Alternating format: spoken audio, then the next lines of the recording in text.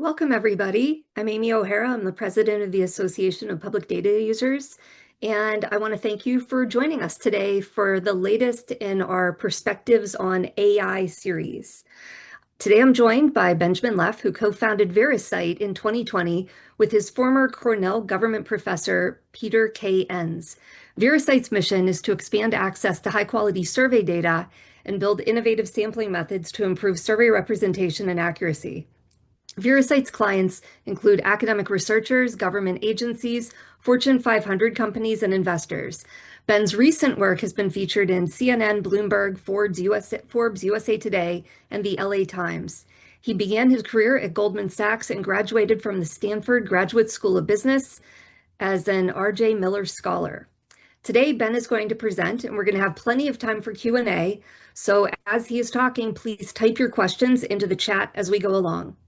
Ben, I think everyone in our audience today is interested to learn more about your digital twin analysis. Can you tell us about your work? Yes, thank you, Amy, for having me and everyone for being here. I'm super excited for the conversation. So, just a quick background on Verasight. So, when Peter and I started the company, we faced sort of a challenge as academic researchers. We either thought we needed a lot of resources to do survey research well, or if we didn't have a lot of resources, it was very hard to get high quality respondents. So that was the crux of us starting the company. And what we have done is we built our own panel through multi-mode recruitment. So a mix of address-based sampling, random text message recruitment, and then online targeting. We then verify every respondent with a mobile number and match them to the voter file. So I say all this for two reasons. First, to let you all know, I might be biased because we are a human survey data company. So I'm going to acknowledge that upfront with what I think are the challenges of synthetic data, which we'll get into. But second, and more importantly, I think we're in a really strong position to evaluate synthetic data and digital twins because we collect so much real data. We're doing millions of survey interviews a year. And so what we've been doing, particularly over the past year, and today I'll present some highlights from about a year's worth of research, is show some of our benchmarking analysis, how we've improved our synthetic estimates, and where they do well and where they continue to fall short. So with that, I'll share my screen and let's dive in. And absolutely, please put in questions along the way and let's dive in. So why do we study this? So whether we like it or not as researchers, I think the world is being inundated with synthetic data, including synthetic survey data. So the New York Times published a piece about how a poll that was featured by Axios was actually generated by synthetic data. And then some of the largest players in the space are increasingly selling clients, whether it's consumer brands, consulting agencies, news organizations, on synthetic data offerings. So Qualtrics, which is pretty deeply embedded in most academic institutions, has a synthetic data offering now. Similarly, a synthetic data startup raised $200 million a few months after raising $100 million.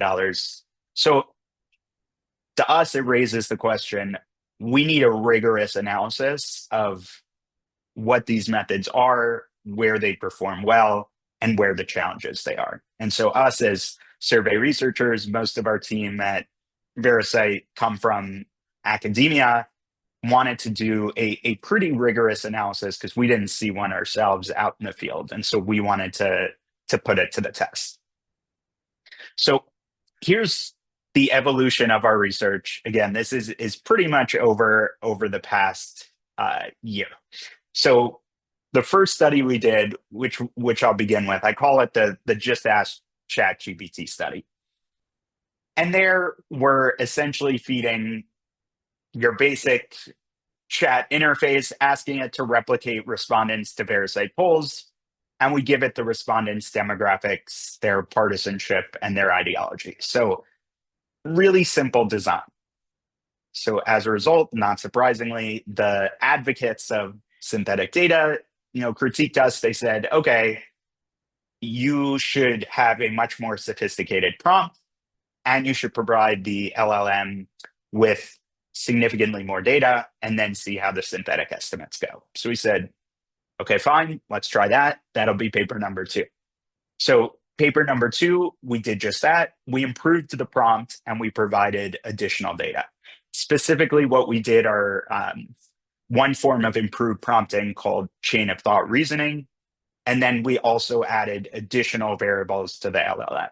And to our my earlier point of us being researchers, our prompts are in our papers. I'll walk you through our prompts just so you can put all of this to the test yourselves.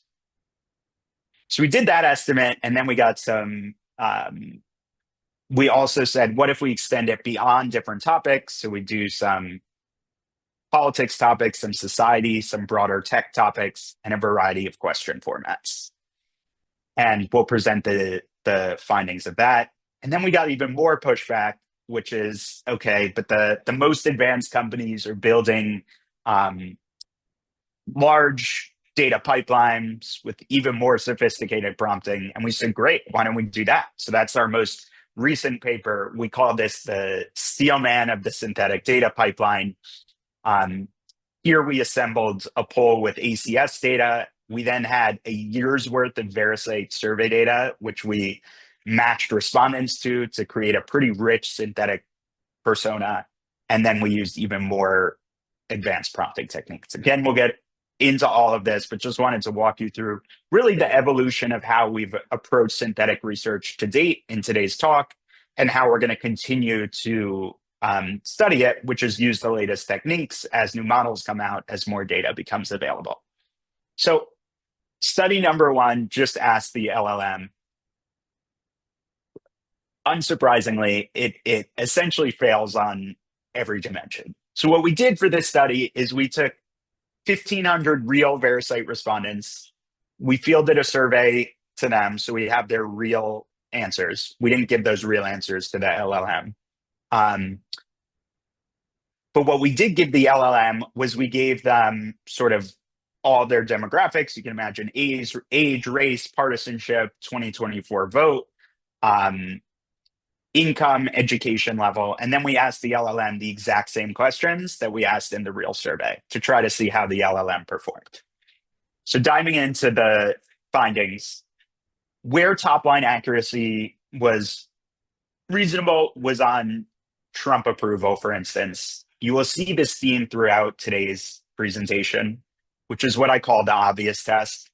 If you give an LLM, if you tell anybody that someone is a Democrat, do they approve or disapprove of the president? An LLM is going to do a great job with that, but also you don't need a sophisticated model to be able to predict that. So top line accuracy of about 4 points on Trump approval. Where it was atrocious was crosstab level error. So for people who identified as the other race, the error was about 30 points. And for Black respondents, for instance, the error was 15 points on average. And this, I think it's important to flag, is an inherent problem with how LLMs are built, which are built to appeal to sort of the median respondent. And us as researchers, we want to understand the nuances and the richness of people's public opinion. And so it creates sort of an inherent dichotomy with what survey researchers want to do and how LLMs are fundamentally built. Three, what I find particularly problematic are the noise within the data. So particularly once you look below the top lines. So what do I mean by that? 20% of real Trump disapprovers flip to approve in the model, and the exact opposite, 20% of real approvers flip to disapprove. Why that matters is proponents of synthetic data might say, look at how well we did on the top lines, but us as sort of shrewd researchers really want to look at the subgroup level, the crosstab level, to try to understand, okay, where are those top line estimates coming from, and are they derived in an accurate way?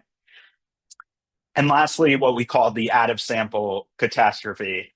On questions that are not correlated with partisanship or existing demographics, or just not strongly correlated, the LLM does in incredibly poorly. It produced no, don't know responses. It exaggerated extreme views. This particular example was a question on nonpartisan housing zoning requests. So um, key thing what I say is, again, if people point to the promises of synthetic data, really try to push how is it performing on out of sample questions.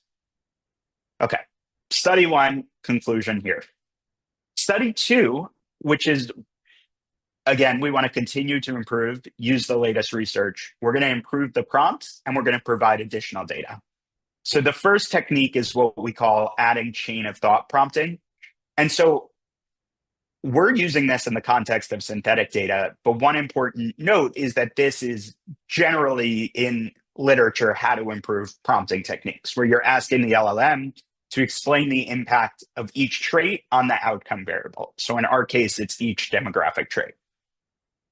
The second technique we said, which is probably of particular interest to this crowd, is we said, what if we provide additional real data of the particular respondents? So for this study, what we did, because we've matched our panel to the voter file, we provided real turnout data along with the attitudinal data. We've anonymized all of this, so the LLM is just getting, based on this demographic persona, this person is registered as X. They've turned out in X election. They did not turn out in Y election, for instance. And just to walk you through what we mean by chain of thought prompting, and again, full disclosure, you can hear some of the prompts. You can see the full prompts on our website. Your job is to act as a substitute for a human respondent. And this is what we mean. Think very hard about how each individual trait should impact your response. Think through each variable on a step-by-step basis. So this has been considered to improve prompting techniques, which it does. It improves performance. And so that's why we did it as part of this paper. So what the biggest surprise to us of this particular study two, is that more information does not help and can sometimes hurt the estimate. Again, the estimate is how the synthetic personas performed relative to the real humans who took the survey. So just to walk you through what we're looking at on the left-hand side, there are additional versions of how we ran it. So the simplest model, ChatGPT-4, then let's add that chain of thought prompting, the voter file match, still ChatGPT-4.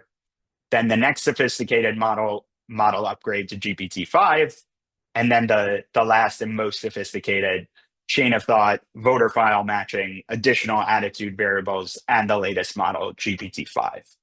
So one of the questions we're frequently asked is synthetic data going to continue to get better? Like, are these companies and the proponents of it onto something, in the sense that we expect model companies to release new models quite frequently? Just because your research says it doesn't work well now doesn't mean it's not going to continue to work well in the future. There we often cite this slide, because what we're saying is more information does not necessarily mean the outcomes are going to be better by the model. So here we look at 3 questions. So first, immigration attitudes, again, less correlated with partisanship than literally Trump approval rating or how you're going to vote on the generic ballot. There, sort of, this option does best. For the generic ballot, the most sophisticated option does the best. But for Trump approval, it's the least sophisticated option, just the original ChatGPT-4, no voter file model that performs the strongest. So I think this is a key point to think through when you want to understand, when you really want to challenge the assumption, is more information just the missing factor? If a synthetic estimate isn't getting there, do I just need to provide the model with more or use an updated model? I think what our data is showing is you can't make that assumption. That assumption breaks. And so you can't just rely on, if we give it more data, if we use the latest model, the estimates will improve. So this is study 2. As study 3, what we also wanted to do is look at non-political questions, because a lot of the use case of synthetic data our use case as researchers extend beyond politics. I also think it's important because politics is probably there are the most public polls about it. And so we would expect synthetic data to do particularly well on political sorts of questions that are both correlated with demographics and that there's a lot of existing data for the LLMs to pull on. So here we have mean absolute error by question category. Healthcare had the largest, 23 percentage points. Politics, like I mentioned, had the lowest, around 12 percentage points. Overall, mean absolute error of about 15 percentage points. Again, that can go in either direction. So it introduces a lot of uncertainty to us as researchers when trying to rely on these synthetic estimates. So our last study, our most recent study, which I mentioned, we call it the Sealman approach. So let's build the most rigorous modeling, rigorous data pipeline, and then see how synthetic data performs. We call this Theseus. And this is exactly how we did it. So we start with census microdata, 12.3 million adult citizens weighted to population benchmarks. We then draw a random sample of synthetic agents. So that sample is designed to be representative of the US population from the census microdata. That's step 2. Step 3 is attitude imputation. So here we combine a year's worth of Verasight polls, in this case, over 15,000 respondents. We were just using sort of our publicly available data into one mega poll and tried to identify, okay, which of our real respondents is closest to the synthetic respondent, so we can then add additional attitudes, additional variables to the synthetic persona. Then we did LLM elicitation. We did 16 survey questions. In this case, we used both chain of thought prompting and verbalized sampling, which I'll explain in a bit. Another example where the literature has shown positive returns in terms of getting estimates correct. Then we weighted the data back to the national sample. And then lastly, we're able to build our predictions in this case. And we have the ground truth survey data of how a representative sample of Americans would answer these questions from a Verasight survey. Okay, so LLM elicitation. So these are our 2 best practices, both in synthetic literature and just, again, more broad literature. Technique 1, which I touched on, chain of thought prompting, where you're reasoning step by step. Technique 2, which was very interesting, I recommend trying it. It does improve performance, is what we call verbalized sampling. Literature on this, Zhang et al. is the approach we followed. And this, instead of asking the model to return sort of a singular answer for a respondent, you're asking the model to return a probability distribution over every response option. So here's an example of what a typical answer would look like that we ask the model to return. It's returning the distribution. So here we preserve the uncertainty of a single sampled answer. And it just, again, produces a more aggregate estimate that's been shown to improve performance. So let me quickly walk through the LLM prompt, or some of the LLM prompt, just to let you all get under the hood. Answer each of the following questions as this participant. Think step by step about how this person's profile shapes their views. Again, we're doing this, the chain of thought prompting in action. Start with party ID. What baseline positions does this imply? Consider their vote choice. Does it confirm or complicate the partisan angle? Then we ask about to factor in the demographics. Then we feed in information about their engagement and news consumption. And another common area of weakness with synthetic data is don't know. Models don't like saying don't know. And now we're really instructing the LLM to think critically. Do you think this person truly knows, feel comfortable saying don't know? And lastly, here's the verbalized sampling approach that I described. K is the number of options for that question, ordered from most to least probable, assigning probability weights that sum to exactly one per question. So that's the verbalized sampling, at least how we operationalize it in the synthetic model. Okay, moment of truth. So here we're comparing the overall mean absolute error um, with what what the floor would be if you just run a nationally representative survey. So a few things to call out immediately. So first, the generic ballot and the Trump approval. Unsurprisingly, the LLM performs quite well, particularly for the generic ballot. It's essentially indistinguishable um, from the real survey. Again, this is to be predicted, given everything the model knows about partisanship, about past vote, for instance. Where the model performs much more poorly is on current event type issues. So this study was ran right around the time of the Maduro raids in Venezuela. So we were asking, is this person following the news? Are they aware of what's going on in Venezuela? That had the largest error of around 13 percentage points. So here's what we find problematic. Overall error, 6.6, 7 percentage points.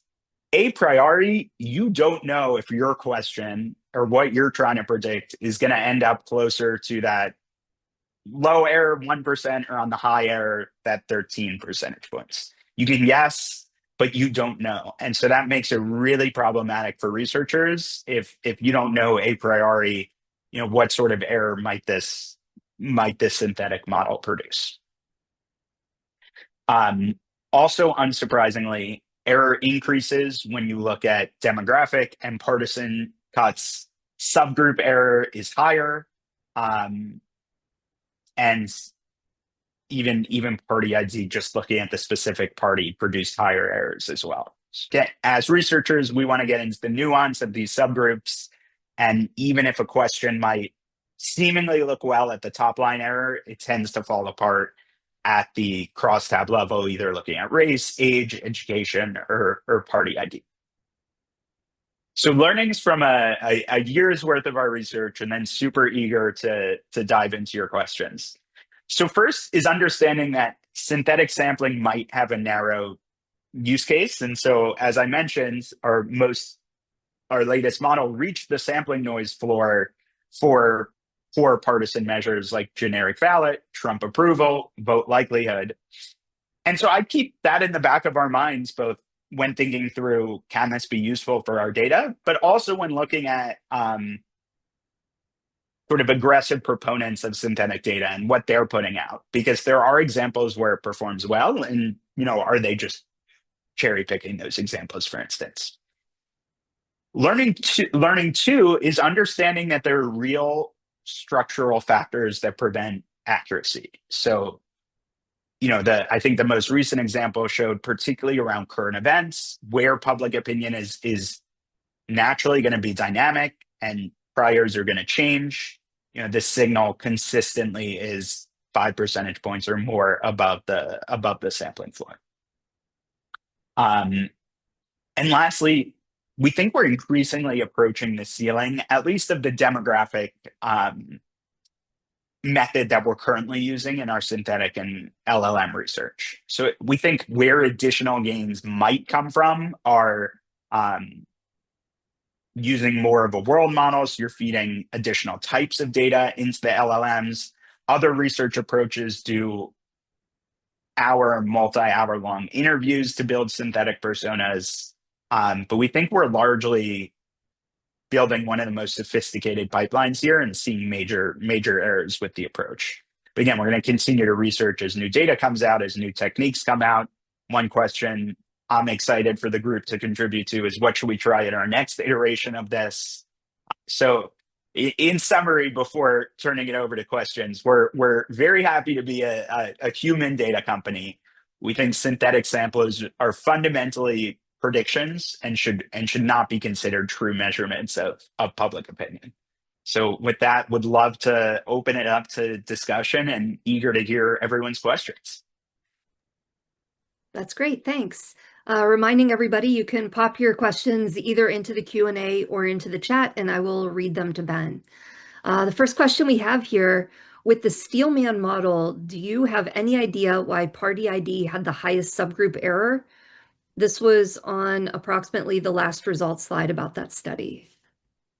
Yeah, I'll have to look. It probably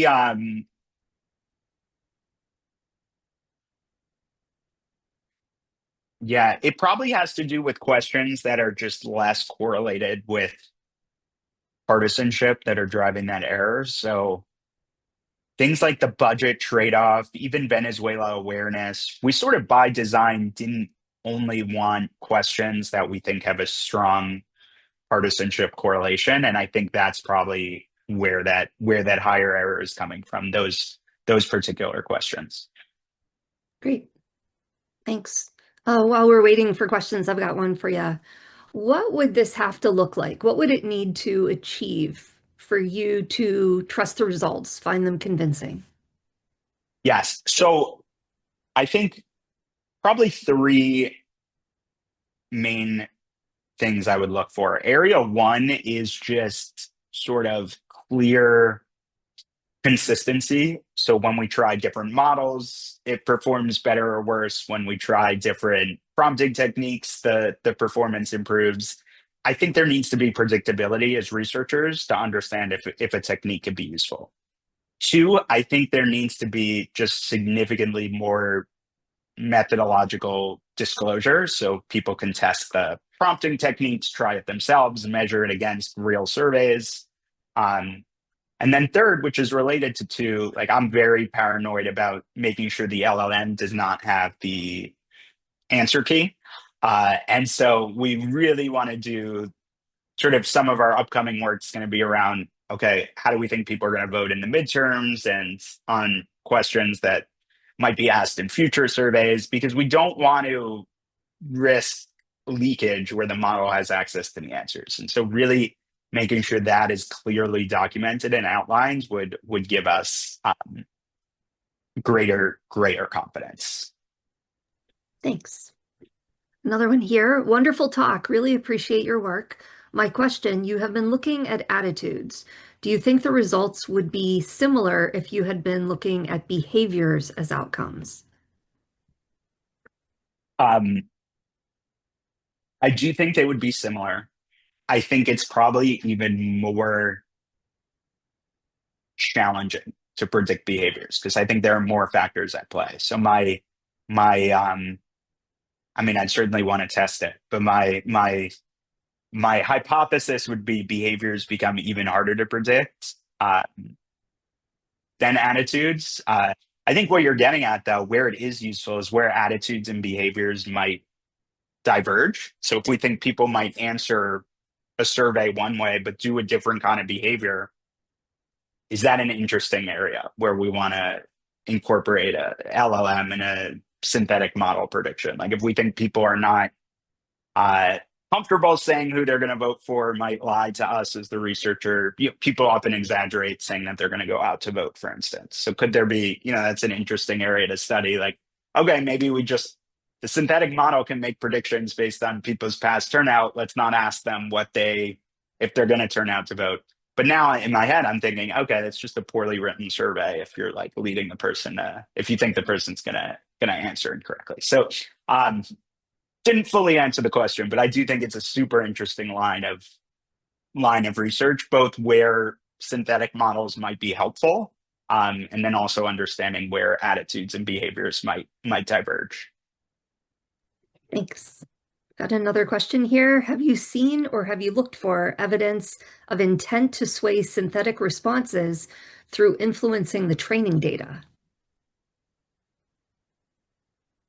Absolutely, I think that's a major concern. The training data is one of the key if not I mean it's the key driver of what the outcome's going to produce. So um the reason I find the politics example so interesting is the model there's so much public polling data that's part of that model, and so it's naturally going to influence the performance, and you can give it um additional data either if you want to bias it or you want to improve the model. But yes, it becomes sort of a major concern is what is the model trained on, and is that data current? Do we trust that data? I think it's a um,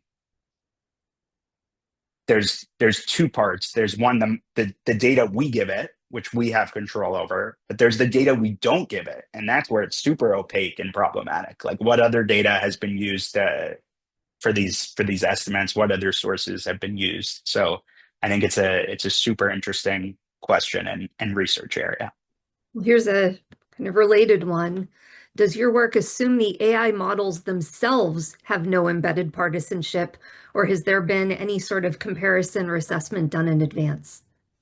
We are assuming the models have no inherent partisan balance. I would love to put that to the test. I think it's a super interesting bucket of research. But yes, we do have this sort of grounds assumption that the model itself is not trying to bias the results, and that we're essentially telling the model your metric of success is predicting what this person would say versus looking at, if you think about it, we're not even asking the model to we're asking the model to predict each specific person, and then we're summing that up for the overall estimate. So we're trying to keep the model focused on a very specific person and task to try to take out any biases. But um, yes, I mean, I think that all of these, there's so much that's opaque. All of these assumptions should ideally be tested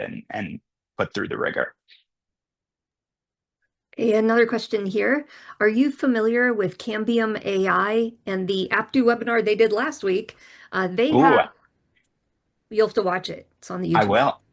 They seem to have a more optimistic view on synthetic data usage and the capabilities. If I understand it correctly, they're compiling real data from real sources and creating synthetic profiles based on the compilation of data rather than utilizing direct prompting in LLM models. Any thoughts on these different approaches? So I have to check out the webinar. So this is just my off the cuff thinking. I think using real data is very smart. I think the optimal approach is to use as much real data as possible. Um, I'd want to understand, okay, where does the real data end and the synthetic data begin? Because that sometimes becomes fuzzy. You know, is this a synthetic prediction, or is this sort of a sophisticated MRP model, for instance, where you're imputing attitudes and making predictions at the local area? You know, and some of this is probably just also over my head, is just where exactly, when the real and the synthetic, where does sophisticated modeling end and synthetic data begin? I think it's a really hard distinction, at least that I have, and I'd want to understand further. Um, but I also contend there are real areas where synthetic data might be useful. I mentioned a few examples where it essentially meets the sampling floor of a survey. Um, I also have the assumption that, and we work hard to verify every survey respondent, make sure it's a nationally representative sample. I don't think that represents every survey out there. So there's a lot of survey data that probably is not very rigorous and already has inherent biases in there. So, you know, could synthetic data be useful in those applications as opposed to using surveys with methods we might question potentially? So, um, I think uh, I don't think it's a binary answer. And so I'm glad you've heard both what I consider a more pessimistic perspective, but also probably more optimistic perspective from them, and identifying based on the use case, where it could be valuable or where it could be questionable. I was at a recent NIA meeting, National Oh Institutes yeah. of Imaging, and they love these digital twins. They are like, this is great. This is great for research. This is the future. And I am just struck by the uh, very sparse literature talking about utility and bias and trade-offs and things. Totally. Do you know how they were using it? In a variety of ways, I'll try to get some of those references and I can Yeah, it could be interesting. on our page. Yeah. But I do see, and there's also a lot of discussion in the education domain about creating synthetic classrooms and synthetic students, and then modeling how they respond to different approaches in teaching. So I think that, as we pointed out, the difference between the attitudes and behaviors, there are also people looking at outcomes as well. So should be, Super interesting. yes. Uh, Waiting for any other questions. I've got another one, if you don't mind. Um, do you think the accuracy of synthetic sampling will be more meaningfully improved with more training data or better models or both? Like, what's your take on how we could improve the training data without conducting traditional models, kind of defeating the purpose? Right. I think what was most interesting, the newer data, more data and newer models didn't always improve estimates. So I don't think that a I don't necessarily assume that it's going to get better over time. It might. This field changes so rapidly, but it's not, I don't take that for granted. So yes, I don't make that assumption. I'm also really where models tend to get worse is when they're trained on synthetic data. So I think that's one area that I want to pay particular attention to. Right now, if we think of the training data set, it's mostly real data, real surveys, real um, available information on the internet. As there's more, frankly, AI slop out there, that's going to be fed into future training models, synthetic data sets, and then the models can degrade over time. And this is just a more broad concern in LLMs as they're running out of existing data. Um, so yes, I do think other ways people are approaching it, again, instead of doing these surveys with attitudes, they're doing really long interviews to build deep personas of people. I think that's an interesting area to test. So I do think there are ways of building richer personas and seeing does that help to improve the estimates.